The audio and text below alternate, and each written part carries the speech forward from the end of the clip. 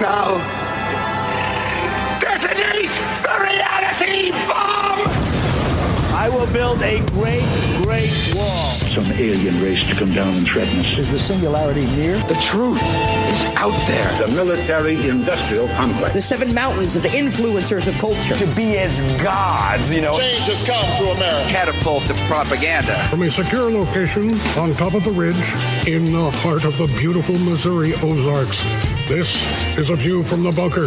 Now, here's Derek Gilbert. So you don't have to. Welcome to A View from the Bunker. I'm Derek Gilbert. Our guest tonight is one of those who does things so you don't have to. Like me and my humble efforts, I go through a lot of academic papers on ancient Mesopotamian cosmology, so you don't have to. Dr. Michael Heiser reads original source material in Hebrew, Greek, Akkadian, Sumerian, so you don't have to. And our guest tonight is a guy who goes to transformational festivals in the middle of the desert, so you don't have to. He's been on our program many times before. We're honored to have him back as the author of Game of Gods, The Temple of Man, and the Age of Re-Enchantment. And he's preparing to return to Burning Man. We welcome Carl Teichrib back to A View from the Bunker. Carl, it's good to talk with you again. Hey, Derek, thank you for that. Well, that was a really cool intro. Thank you. Yeah, I like the approach so that you don't have to. That's good. Well, that's bang on. We've talked about this before. We spoke about your experience at Burning Man last year and in other previous years. And the thing that always strikes me is how many of these transformational festivals are taking place and how close to home they hit. For people who may not have heard the previous programs, may not be aware of what Burning Man really is, other than the few images that we see in the media, what is Burning Man and why do you call it and other festivals like it transformational? Burning Man is an annual gathering that takes place in the heat and the dust of the Black Rock Desert of northern Nevada. It is a gathering of about 80,000 people. It is a global event. These are not just simply people from the United States, although there's a heavy percentage that comes out of San Francisco. And indeed, there's a very large contingent that comes out of Silicon Valley specifically. And in fact, so much so that you can call Burning Man the unofficial United Nations of Silicon Valley. It has that type of connection. And it is a place where movers and shakers come. It's a place where people attend just to party. It's a place where people look for spirituality. It becomes kind of all things to all people. But what's interesting is really the image a lot of people have is that this is a gathering of hippies and just crazy people. I've gone twice, Derek, as you know. And I've returned from both of those encounters, and I just shake my head and I go, no, this is not a gathering of hippies. This is not a gathering of crazy people. This is a gathering, besides the tech sector, besides the social change agents that go, and there's a lot who do because this is their networking event. But besides that, it's really a gathering of your neighbors. It's a gathering of your family members. It's a gathering of the people who you will be rubbing shoulders with. Even if they don't attend in person, what it does represent is the worldview that's already been accepted by everybody around us. And it's just being lived out, it's being celebrated, it's being experimented with, it's being modeled out in the middle of the heat and the dust. The motto at the website for the Burn this year is Burning Man is the place to find out who you are, then take it a step further. What do they mean by that? I mean, is this just a place to go out and meditate, or are there certain directions or themes that are kind of woven through all of the activities?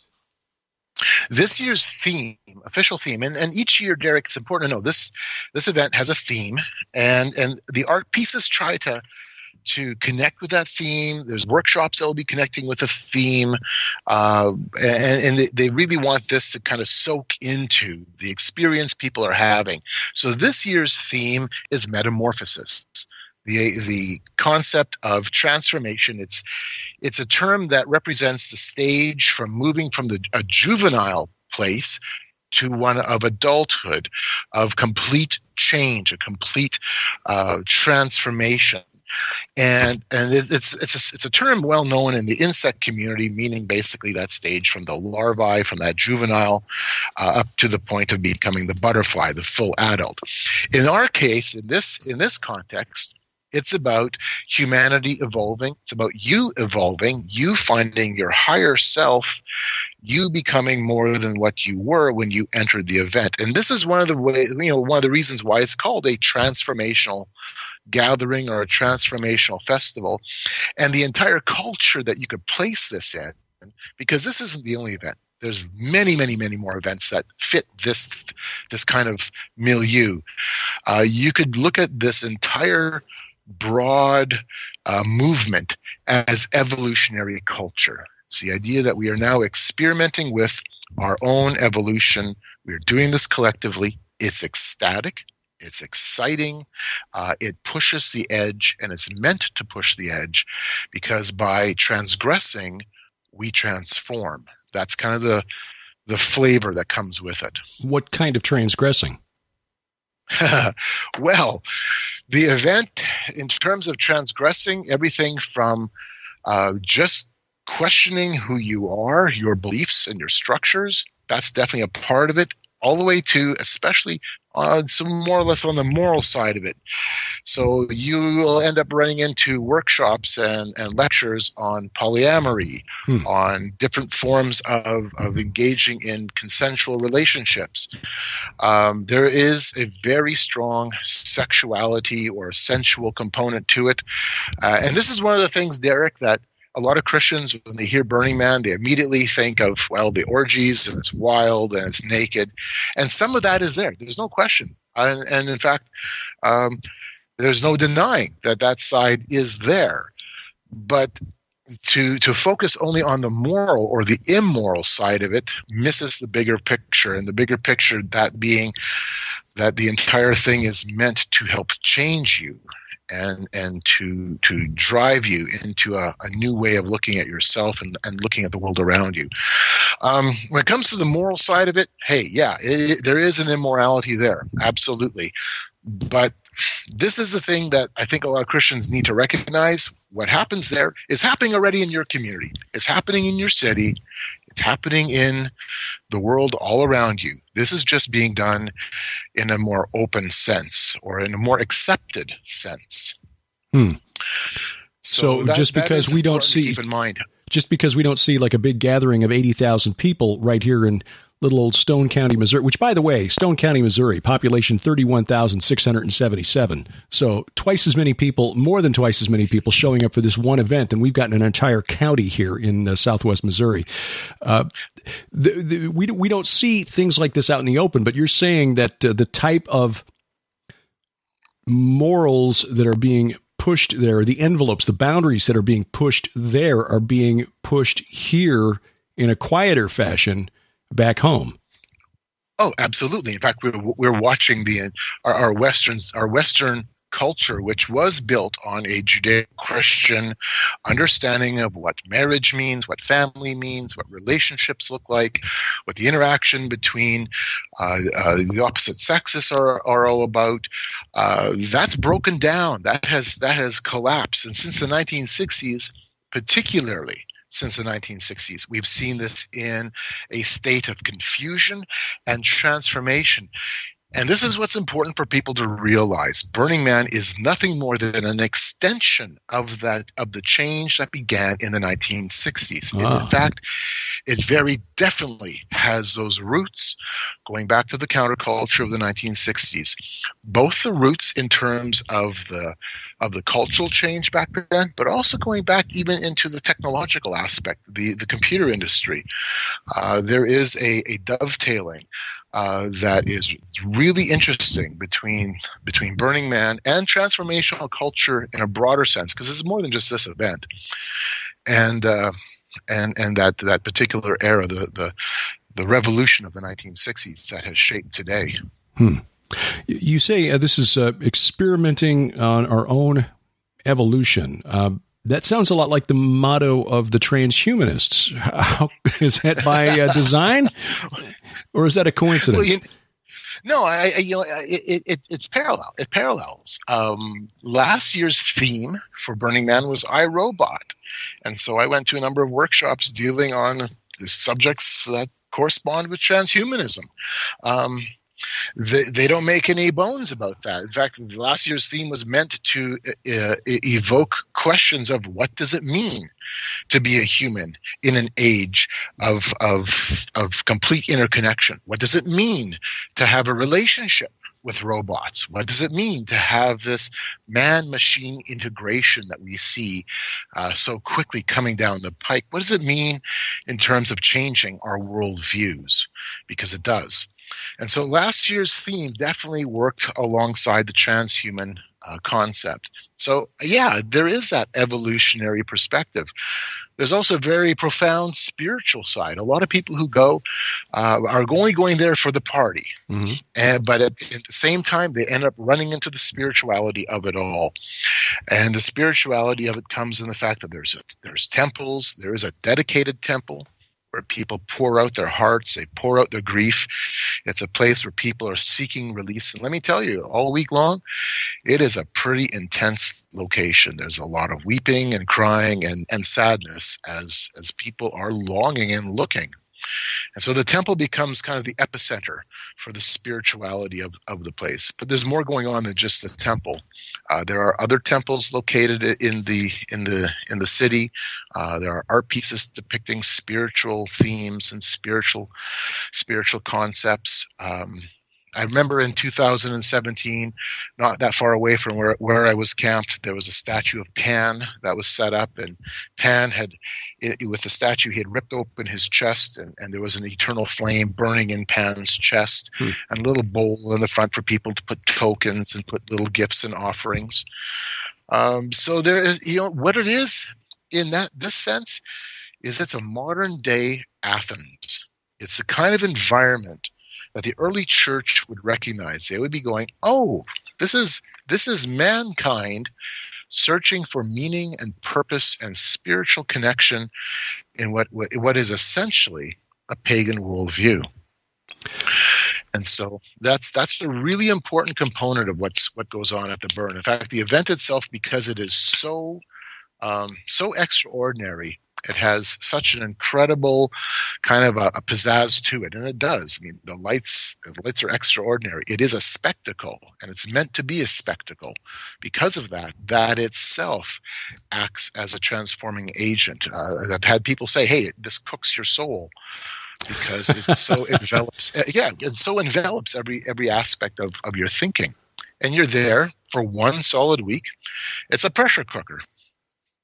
Huh. Was this the intent of or what was the intent of the original founder of Burning Man? I mean, was this his goal all along? Was to create an event that would serve as a hothouse to germinate these new ideas, and then send these little seedlings, these spiritual seedlings, out into the world from there? No, I don't think so. I've done a lot of digging into trying to understand the history of the event. The first time a burn took place, and it was a couple of friends who put it together. Larry Harvey was the chief guy, the chief architect, was back in 1986. And for them at that point, it was as simple as taking a wooden effigy down to the beach, down to Baker Beach in San Francisco, having some beers, throwing some gasoline on it, lighting it up at the summer solstice, which is important because it was intentionally done at the summer solstice. There was an understanding. There was already a ritualistic understanding that was in play. And this does have a ritualistic component, a very strong ritualistic side. And so they burnt it. They thought, this was a lot of fun. This was interesting. This felt like something was happening. That's another important part of it. You feel like you're attached to something bigger. And so they did it again the next year.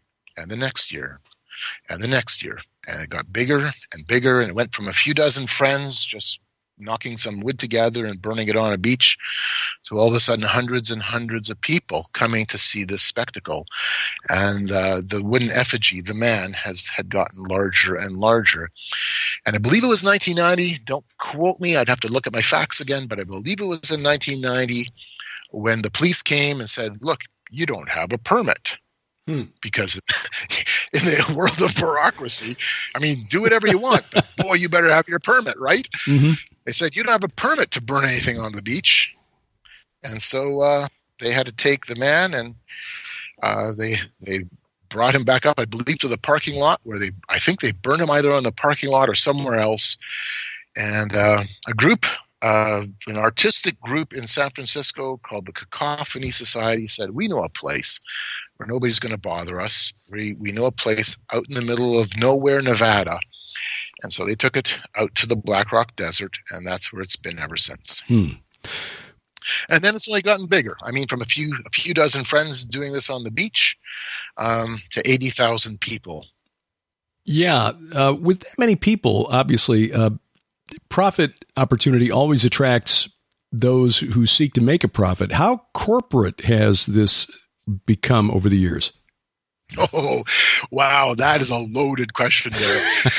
The organization is nonprofit, and they are constantly wrestling with, all right, where is that fine line between this becoming a corporate type of an event where products are there and all the rest. And even this year, the organization said, we're doing a great big course correction. We're tired of Victoria's Secret models posting their Burning Man pictures on Instagram and having these great big followers, or people doing product placements or product promotion from the burn. And they're like, end of that. We got to stop that. And nonetheless, I mean, yeah, okay, so they say no to the corporate side, and yet at the same time, it's a very expensive event to get into. It's a very time-consuming event to prepare for. And I understand there is cost because they have to supply porta potties, and they've got to get permits, and they're literally developing a city out of nothing. So there is a cost, absolutely. But the corporate side, that whole side has been a point of real sore contention within the Burning Man community as to how far is too far, how much is too much. Should you take and plaster over the side of your RV, your rental RV? Should you cover up the rental RV signs? What should you do? All this kind of stuff. It gets almost a little bit silly. Well, it does get silly. No question about it as to how far they'll go. But what is interesting, though, what is very interesting is what happens at the burn itself, because there is no vendors, or there are no vendors. Mm-hmm. What there is gifting, not barter, not any type of exchange. Gifting. It is the shared. This is where the shared economy. This is how far the kind of this stuff seeps into the culture. This is really the embryo of the shared economy. We're going to gift, we're going to connect, and we're going to do things using a very different model than anything else we've done before. And so people are gifting. People are gifting all the time. You're gifting water. You're gifting food. People are gifting T-shirts. And there's no expectation of return. They're just gifting. So it sounds really good. It feels really good. Everybody's going, hey, this is how the world should be. Well, yeah, it works for 8 days in the desert. But would it work for 8 weeks or 8 months? Probably not. We would probably tear each other to shreds. Well, yeah, you get to a certain point where human nature kicks in again. It's like, I'm tired of giving more than this other guy. Let somebody else give, and I'll just take for a while. And pretty soon the whole thing falls apart under its own weight. That's just who we are as a species. Which is why I guess it's not surprising that the commodification of Burning Man has become a thing. But isn't it funny, though, that in this effort to inspire and maybe instigate changes in the people who attend, you've got this group that immediately want to go in there and kind of hijack it for their own purposes, which is what exactly they're trying to get away from, what they're trying to change away from. I don't know. I wonder how successful they are really going to be long term when you still have people who want to ride coattails for their own personal benefit, even on something like this that's supposed to appeal to the better nature, the better angels of our nature. Right. And you're not going to be able to get away from that too easily, especially as the organization and the Burning Man event itself is becoming more publicly known, more publicly recognized. It definitely has a very long arm.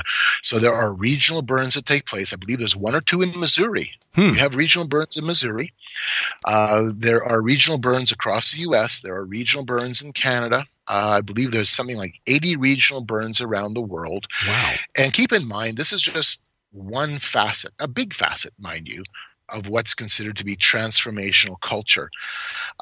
Just to give your audience a sense of how this has permeated America's kind of cultural thinking. Last year, the Smithsonian dedicated its entire Renwick building to Burning Man and Burning Man art and Burning Man culture. Wow. That has since moved to the Cincinnati Art Museum and is there. 2 weeks ago, I was at the Cincinnati Art Museum. My wife and myself took the time to check it out when I was at a conference in Lima, Ohio. And what was really interesting was listening to the people around us. The art was interesting. The art was, some of it was sacrilegious and some of it was just interesting and kind of cool. And some of it you kind of just scratched your head and went, why? But that's what Burning Man is all about. You've got this weird mix. But what was interesting was listening to those around us as people were saying how much they wanted to go. There was a board set up at the Cincinnati Art Museum with the lines. There was a chalkboard with the lines, before I die, I want to, and then fill in the blank. And there was hundreds and hundreds of messages on this board. And by no stretch of the imagination, the largest and the most important theme that came out of it over and over and over again was people writing down, I want to go to the burn. I want to go to Burning Man. I want to be part of Burning Man. Well, Carl, again, I repeat, I'm glad you're doing it so that we don't have to, because I literally have zero interest in attending this. However, I do recognize that there's something going on there that we need to pay attention to.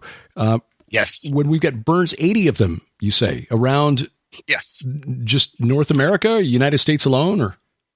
Around the world. And around when you start taking the bigger picture of what transformational culture looks like, and that includes other transformational festivals, because this is the mothership. There's many, many more.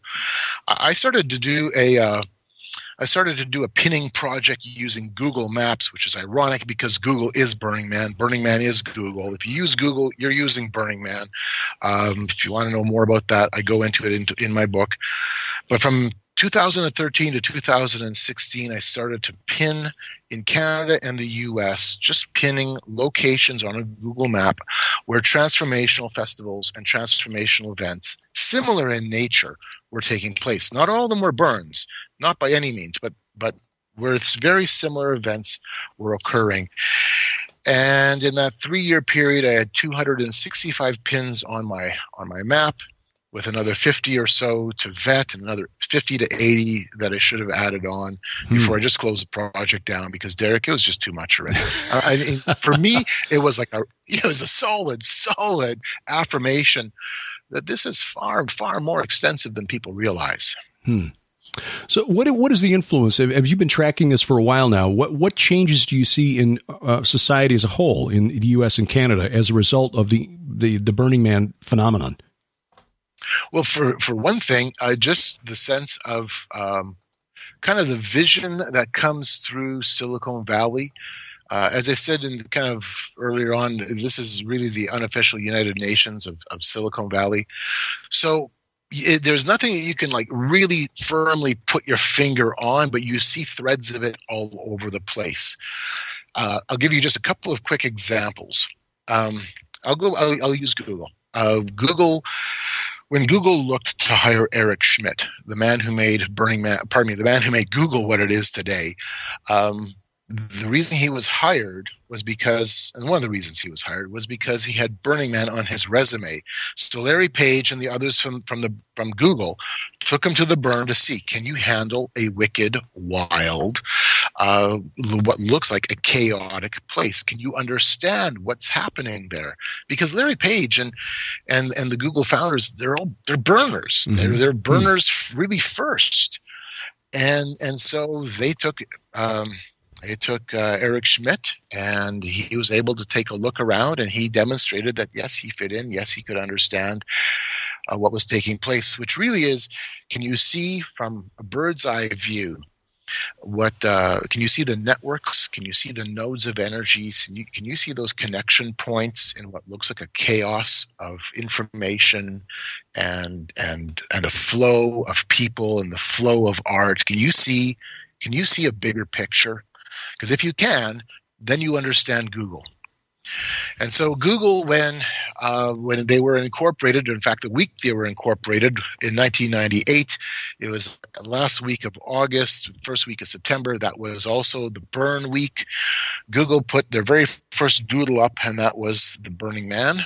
And that was their symbol. I know, crazy. That was their symbol, the Silicon Valley, saying, hey, our corporate lawyers are dealing with our restructuring into this corporation, but the burn is more important to us than pretty well anything else. We're going back out to the desert. They went as far as having burning artwork at the first Google headquarters. Right now, the great big Google megaplex that's being built, they are using burner-inspired art to develop massive art installations around it. They're doing that as we speak. Huh. Elon Musk has very famously said that if you want to understand Silicon Valley, you need to understand Burning Man. And the HBO special, or the HBO program Silicon Valley, which came out in 2014, Elon Musk went to the opening of the show, and then he famously chewed out the director, and he chewed out the staff of the HBO show and said, "Hey, you guys don't get it because none of you have been to Burning Man." Okay. So, well, what in a broad sense? I mean, no, go ahead.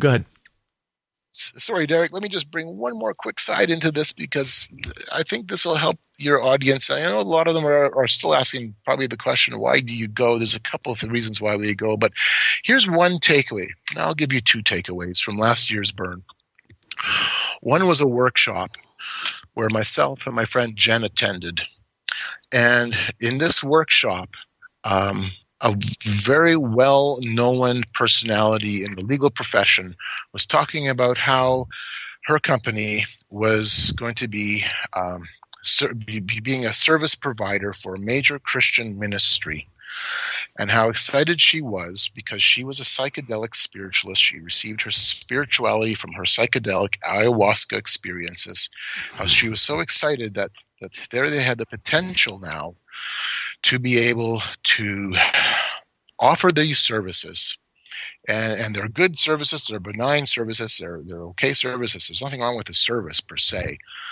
But how there was the real opportunity then for her and her team to influence the Christian conservative community subtly by inspiring them to think about a deeper form of spirituality or a different form of spirituality. Mm-hmm.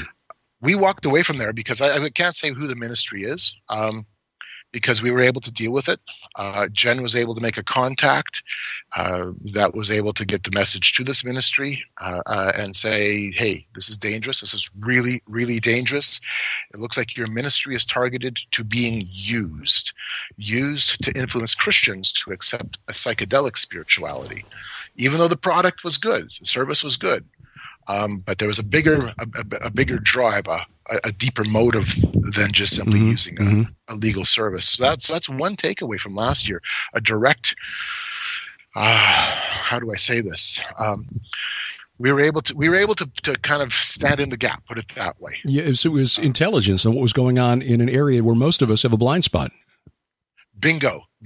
And I have no idea if we were responsible to kind of help shield this ministry, but I do know the connections were made to warn them because of what we heard at the burn. Because at the burn, people talk very openly about what their agendas and what their visions and what their goals are, which brings me around quickly to the second example. I was at a workshop with a leading figure within the world of cryptocurrency, and he had just returned from an ayahuasca ceremony He had had his new download from the spirits, from the entities in his psychedelic state. And he, in the space of 2 hours, I'm just going to paraphrase it, but in the space of 2 hours, gave us 4 building blocks to build the new civilization. The first building block was a new spirituality that was mythic, that was mystical, that was Eastern, that was psychedelic. It was oneness.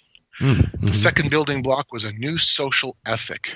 And that's what was being built at the burn. It was just what we were doing at the burn, he explained, was literally to have a sandbox to play with a new a new social ethic.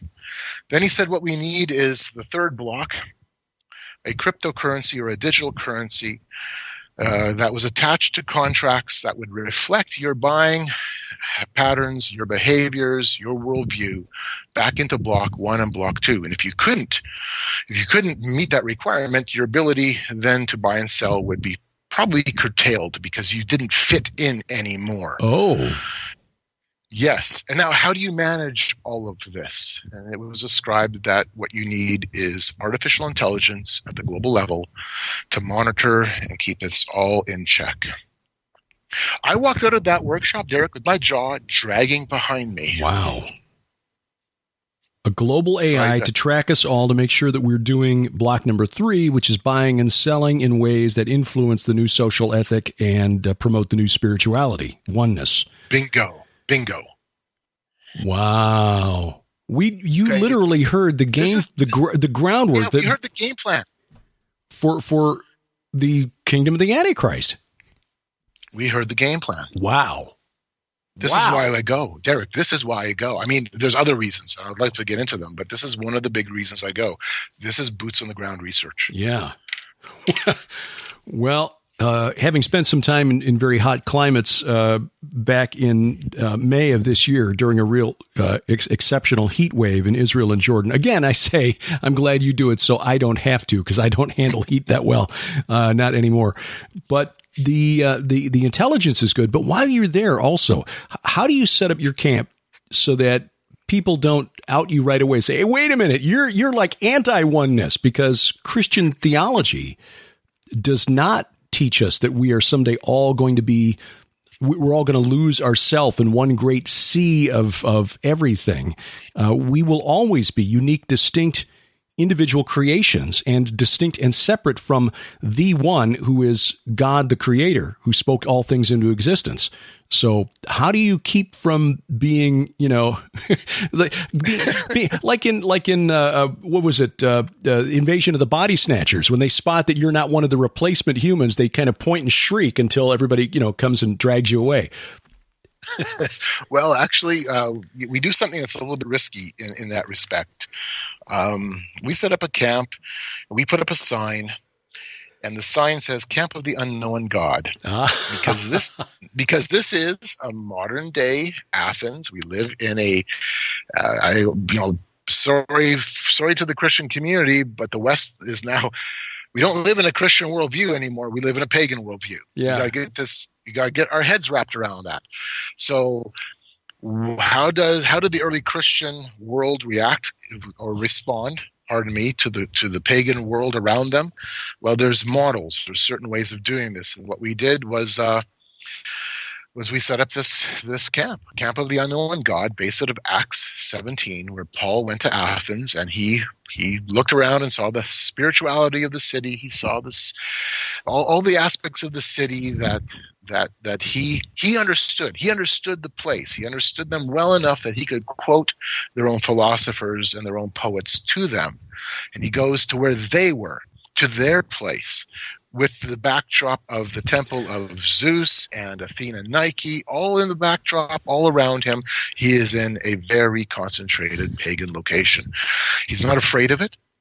He's not running from it. Instead, he is there to present the truth. So we do something a little risky, but we've always had some great conversations. We put up the sign, people walk by because people are curious, and there's an openness to this event, and that's important. There is an openness.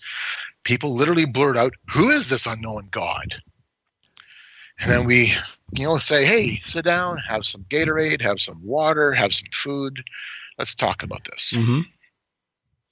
And we have had dozens and dozens of very deep, very solid conversations about Christianity, about God's otherness and distinctness versus the oneness that's being portrayed at the burn, between what is true spirituality and what is temporary spirituality. I had to tell one Russian artist, hey, look, yes, you're right. This place is very, very spiritual. There's no question, but it's a temporary spirituality. So temporary, we burn it at the end of the week. Yes. Oh, that's good. That is good. Yeah. And so those are the kind of conversations that we end up having. We're not there with bullhorns. We're not there with picket signs. We're not there doing those kinds of stereotypical things that drive people away from Christianity. We want to be there. And there's a time and a place for those other things. There's a time and a place for the bullhorn and the picket sign. Don't get me wrong. But This is not it. This is not it. This is a time and a place where you go into their house and you spend time with them. You may find things offensive, but you personally can't be offended. You may find things uncomfortable, but you need to be willing to engage, because these are people who are made in the image of God, and they have a soul, and they are there. A lot of them are just searching. A lot of them are trying to find their way in life. A lot of them have been hurt too, I would imagine, and are there. How many would you say, Carl, are there because they've not found what they need in a Christian church? I would think quite a few. I haven't done a survey at Burning Man itself. I've done a survey at a regional burn, and I've also done some surveys in some of the smaller events. I did my very first survey was here in Manitoba at a small transformational festival rave that took place about 100 miles away from where I live. And when I did the survey at the regional burn in Alberta, Canada, and did the surveys here in my own province, the thing that struck me was that overwhelmingly those who had a past religious commitment or were part of a past religious community, almost always they were a part of some church. They were part of a Christian denomination of some type. In my survey, I have 20 religions listed, including other, along with columns that say past and present. And so it's interesting to watch as people go down and check off past Christian, present atheist, present agnostic, present New Age, present Wiccan, present transhumanist. I have that as one of my lists. They'll go on and on and on. And then listening as they fill it out, usually in groups of 2 to 4, as they talk about between each other what churches they're a part of, what their youth group is like. And I'm just dying, going, wow. This is where you go when you run away from the church. Now, running away from the church and running away from Christianity might be considered two different things, and it is two different things. But it does say, look, in the church, we need to seriously consider giving the truth that God is distinct and other, and that it's not oneness. We're not looking for some type of temporary spiritual fix. We can't compete with this because we're not supposed to compete with this. We're supposed to just give truth. And that's something that we need to reckon with as a Christian community. Having a bit of a back and forth on Twitter with somebody this week who sounds like one of these people who had a bad experience with Christians and is conflating that experience with the gospel. And, we can say, well, that's silly to blame Jesus for the actions of humans, but yet it happens. And it's a good reminder to us that for many people, even many people in the pews on Sunday mornings, all that they know of the gospel is what they see in the way we who claim Jesus Christ as Lord and Savior live our lives.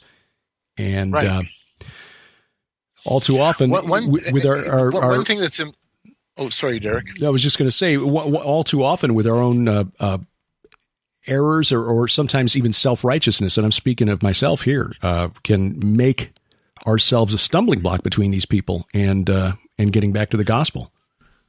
Right. The one other thing that I've pulled away from going to these events is that while we think everybody has heard the gospel and everybody knows the historical biblical account, no. And not only have people not heard the gospel in North America, not only have they not heard the gospel, but so many people have accepted a stereotype of Christianity that has no basis necessarily in truth, but they've had some type of they've got some type of a blinder on as to what Christianity is because of what culture has portrayed Christianity to be. And so there's been a number of times when I've had to stop and say, hey, you know something? I reject that form of Christianity that you're just describing to me. As you now find out I'm a Christian and I can tell you're a little bit on edge and you're telling me about what you think a Christian is, and I'm going, hold on. I reject that too. Let's look at what a biblical view of what Christianity is supposed to be. Right. Let's look at what Jesus himself modeled and what we're supposed to do, which is forgiveness, which is recognizing, I'm a sinful creature. I'm a fallen individual. The problem can't fix itself, and it's not going to be fixed through an institution. It's not going to be fixed through my acts of good works. It's not going to be fixed by me sending out a bunch of money to the stereotypical televangelist preacher, or any of the other stereotypes that come sometimes packaged in with this. Mm-hmm.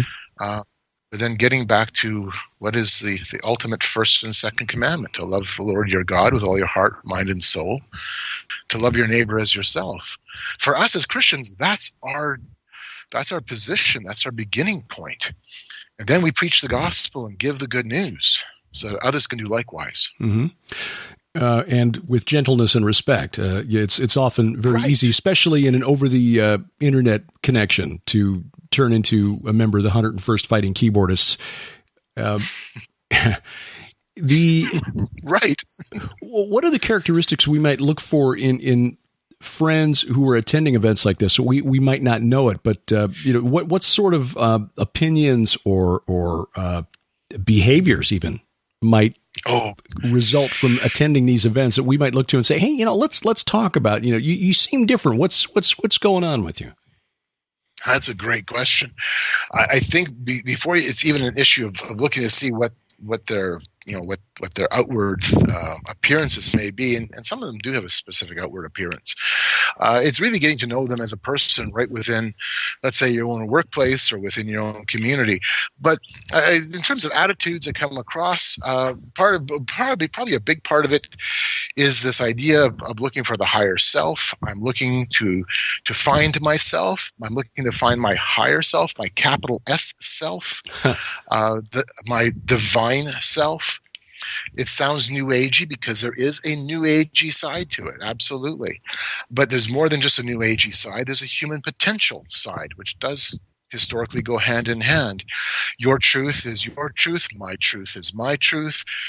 This is a postmodern petri dish, but it goes beyond postmodernism because it then also says, well, no, we have a higher calling and a higher purpose.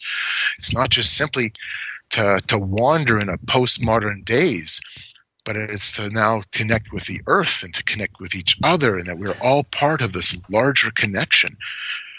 And so that's the kind of flavoring that comes out. And does that not sound like the world all around us already? It does, yeah. It's a small world after all, and et cetera, et cetera. Now, oneism, for those not familiar with that term, I know we've talked about that before, but if folks haven't heard that, how would you define oneism, and how does it differ from Orthodox or biblical Christianity? Oneism or oneness is a dominant worldview. It is both implied and explicit. It is the understanding of reality that says God, man, and nature are all essentially one. They all share a commonality. There really is no separating point. There may be differences in terms of diversity, but at the end of the day, we're all really one. And we will find our purpose and we'll find our bliss in this oneness. The biblical worldview says, hold on, reality isn't one. It's not oneness. It's not the creation worshiping itself, Romans 1, which is really the extension of oneness. No, it's not. It's two. And I like how Dr. Peter Jones from Truth Exchange has put it. It's twoism. That is not dualism, twoism. God is distinct, different, utterly unique.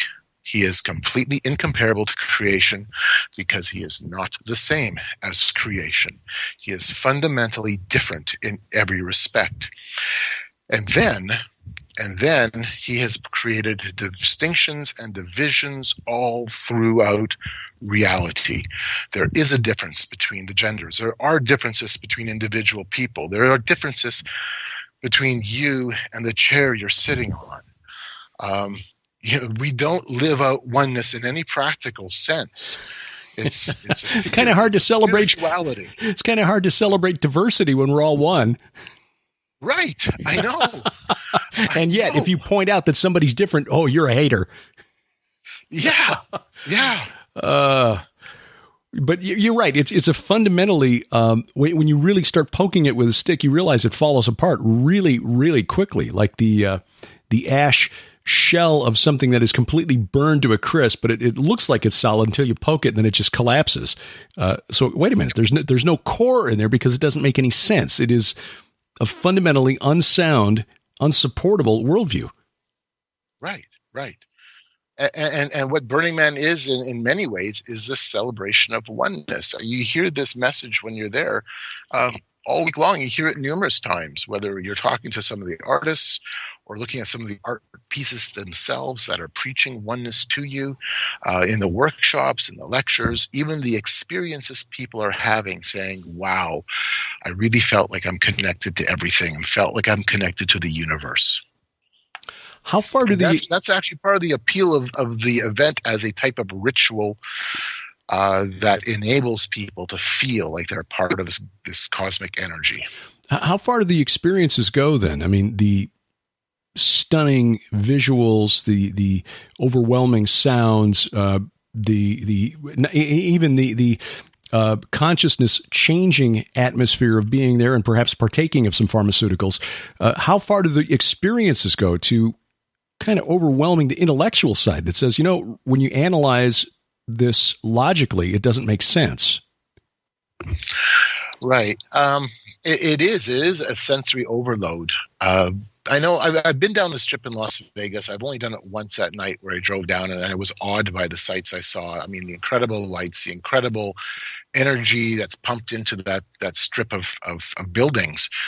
What makes this different, and you have that same sense of awe because of what you're seeing in terms of just the lights, the sound, it is visual overload. But what makes it different is at the burn, it's all being done by the people themselves. It's DIY transformation. It's DIY overload. And because people are now literally participating within that, it takes on a very different quality than just going, let's say, to a state fair or going to downtown Las Vegas at night, or any other event that you can think of in terms of times when you're with large crowds. It can be exciting, even a sporting event. Yeah. You go to a football game or a baseball game, and there's so much energy, and the crowd is cheering, and you feel like you're all part of it. And that's getting close to it. Except you're also a player. You're not just simply a participant, you're not just simply an attendee. You're a participant as well, because you're all part of the movement of what's going on there.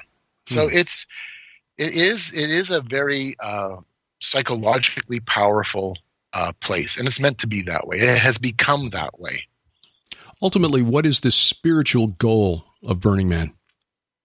I think ultimately, and Larry Harvey says it this way, he's passed away now, but he basically said this is a self-service cult. Wash your own brains.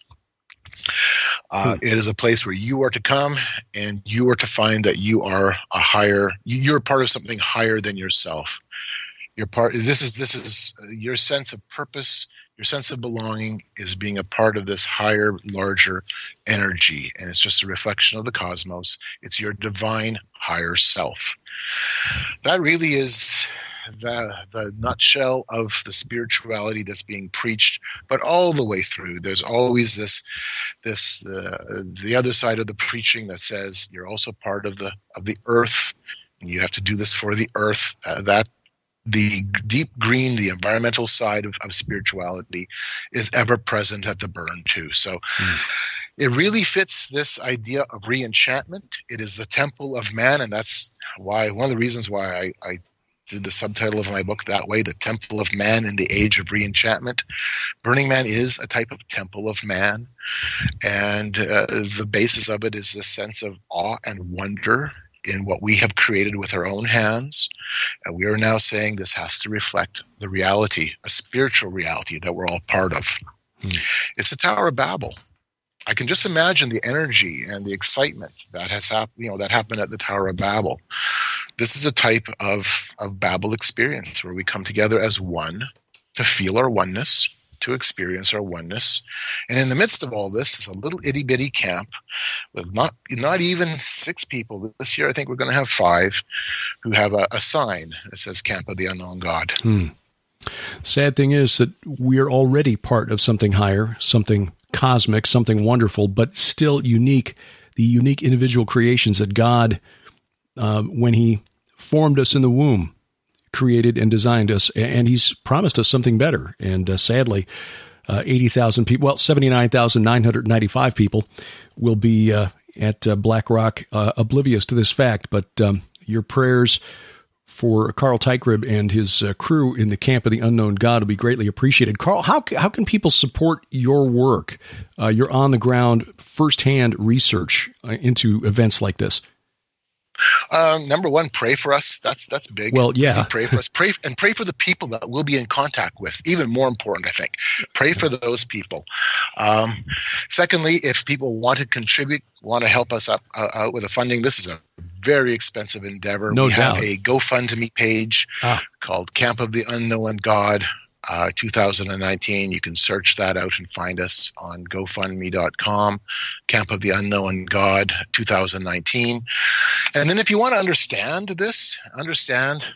everything from the historical aspect of it to its present its present display, pick up my book, Game of Gods, Temple of Man and the Age of Re-Enchantment. As far as I know, Derek, it's the only, and I could be wrong, but it's the only book from a Christian worldview that unpacks Burning Man, and not just Burning Man, but unpacks Burning Man within the context of its spiritual, social, and cultural importance. Yeah, 40 customer reviews currently at Amazon as we record this in August of 2019, and the average rating at Amazon is 5 out of 5. So highly recommended. I'll put a link in the show notes at vftb.net for the book, also for the GoFundMe campaign for the Camp of the Unknown God 2019. So you can just click the link, whether you're listening at VFTB or just look at the notes, Spreaker.com, iHeartRadio, Stitcher.com, Spotify.com, YouTube. If you're listening through the YouTube channel, you'll find the link in the notes. And go there and help Carl out, because it's a long drive from Manitoba to the Black Rock Desert.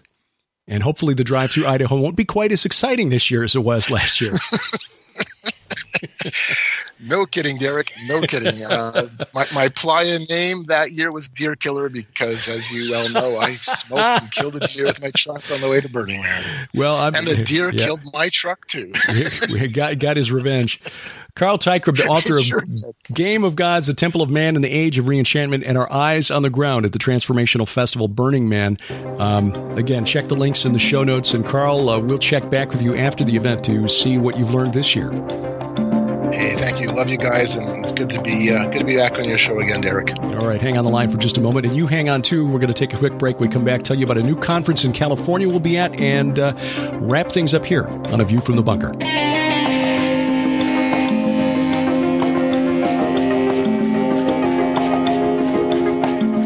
When did the government alien programs originate and why? Who were the Collins elite, and were they exposing the dangers of such programs? What exactly did these black projects involve? Learn the astonishing answers to those questions and so much more. SkyWatchTV is proud to announce the Higher Entities Ultra Collection.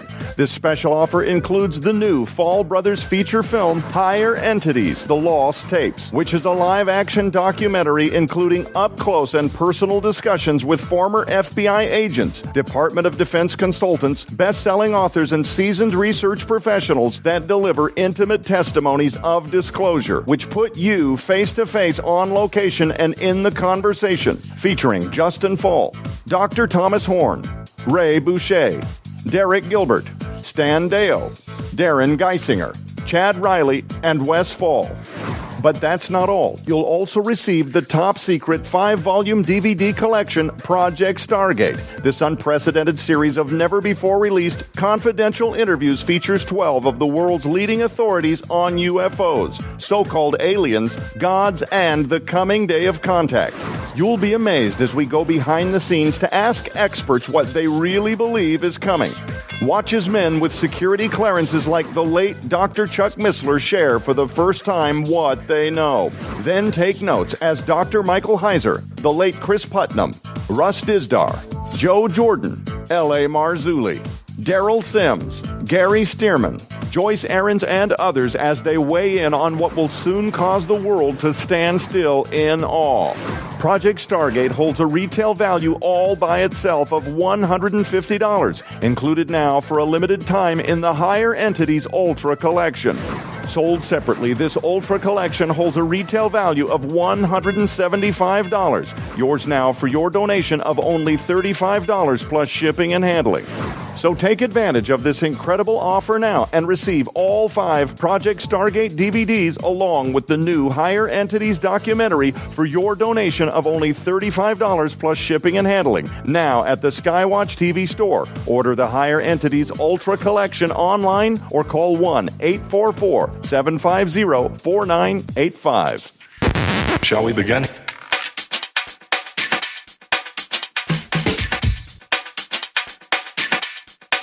Let's begin now. You're not going crazy, you're going sane in a crazy world. This is A View from the Bunker. I'm Derek Gilbert.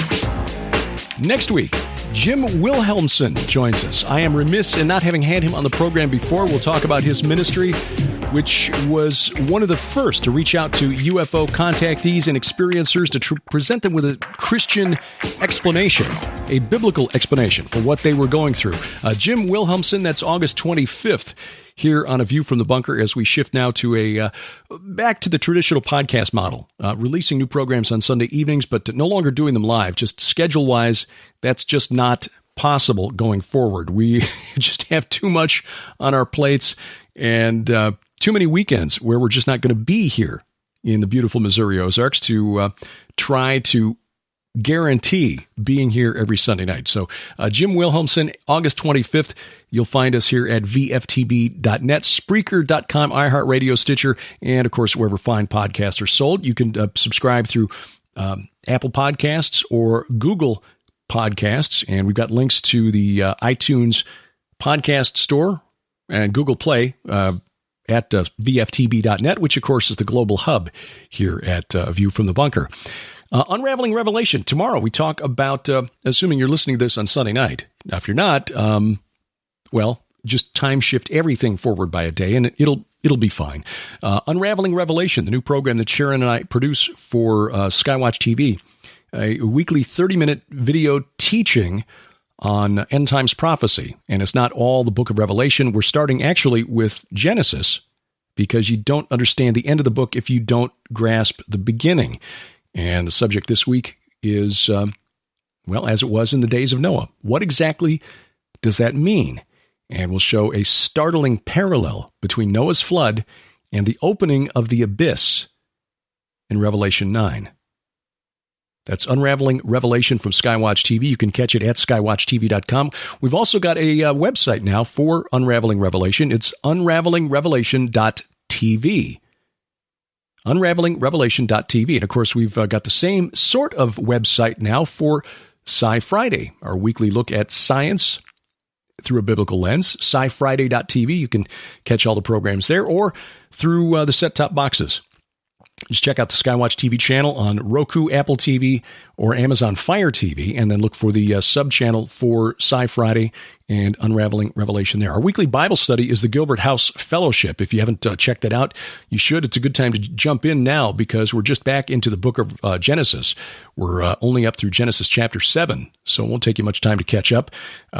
Like this program, vftb.net, we have a free mobile app for our weekly Bible study, the Gilbert House Fellowship. You'll find a link to it at gilberthouse.org, gilberthouse.org, and a link to the iTunes App Store and the Google Play Store so that you can download it. It works on any iOS device, any Android device. Again, we also got one for View from the Bunker so that every time we update the podcast, you get the program downloaded to your smart device through the free mobile app. Now, as you're hearing this weekend, we are in Lubbock, Texas at the Sons of God, Giants of Old conference. Dr. Michael Heiser, Dr. Judd Burton, Dr. Aaron Judkins, Pastor Doug Hamp, Dr. Greg Reed, Joe Taylor of the Mont Blanco Museum, all speakers at this conference.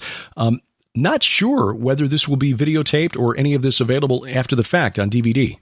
Have not checked with Judd Burton about that, but we'll let you know next week if that's the case. Other conferences coming up is we've got a busy schedule for the rest of 2019. The True Legends Conference in September. I mean, we get about a month off between the Sons of God, Giants of Old conference and the True Legends Conference. Then after that, it gets really crazy. True Legends Conference, Answering the Alien Question. That's Steve Quayle, L.A. Marzulli, Timothy Alberino, Gary Stearman, Dr. Hugo DeGaris, Chase Kletsky, Michael Schratt, George Knapp.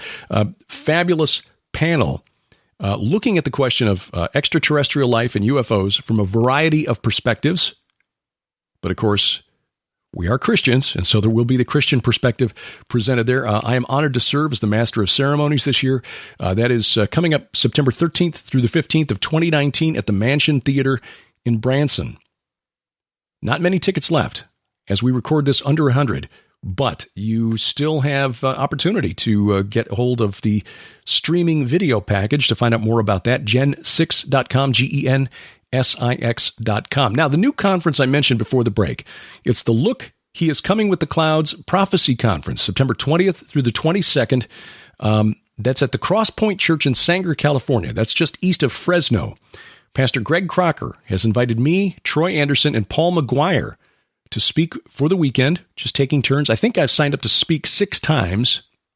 So I've got a number. I've got some writing to do between now and then to come up with the outlines for 6 hours worth of talk, but we'll get her done. Troy Anderson and Paul McGuire, of course, the co-authors of Trumpocalypse and the best-selling The Babylon Code.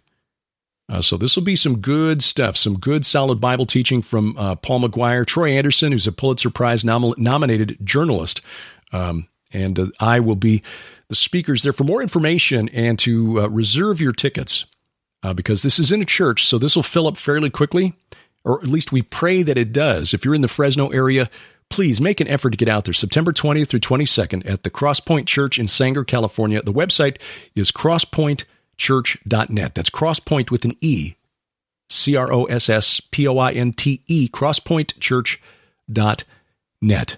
The Unsealed Scroll Prophecy Conference in San Antonio. That's October 4th through the 6th, 2019. Many great speakers there, including L.A. Marzulli, Bill Salas, Pastor Carl Gallups, Rabbi Jonathan Kahn, Ryan Peterson, and more. Paul McGuire will be there as well. Pastor Billy Crone, John Schlitt, Sharon, and I. And we'll be speaking together for the first time at a special luncheon on Sunday. This is in San Antonio at the Grand Hyatt. For information, log on to unsealedscroll.org, unsealedscroll.org, and use the promo code Gilbert20 to save 20%. The following weekend in October, the 11th through the 13th, we'll be at the Hear the Watchman Conference. That's at the Hilton Irvine near the Orange County Airport. L.A. Marzulli, Russ Dizdar, Messianic Rabbi Zev Porat, Pastor Paul Begley, Josh Peck, Gans Shimura, and more. Troy Anderson, Paul McGuire there as well. Use the promo code Gilbert20 to save 20% on the streaming video. It also gets you $20 off the tickets. HearTheWatchmen.com for that one. And, we're going back to Israel in 2020. It's not too early to start thinking about that. The date's October 12th through 25th. For more information, lipkintours.com, Lipkin, lipkintours.com. Please Leave us a review at Spreaker, iTunes, Stitcher, iHeartRadio, Spotify, wherever else you find us, and give us a like on Facebook. A View from the Bunker, production of Gilbert House and released under a Creative Commons Attribution Non-Commercial No Derivatives 4.0 International License. Our opening theme, Iron Bacon by Kevin MacLeod, his website www.incompetech.com. Our opening announcer is DC Good. And remember, we wrestle not against flesh and blood. I'm Derek Gilbert. This is A View from the Bunker.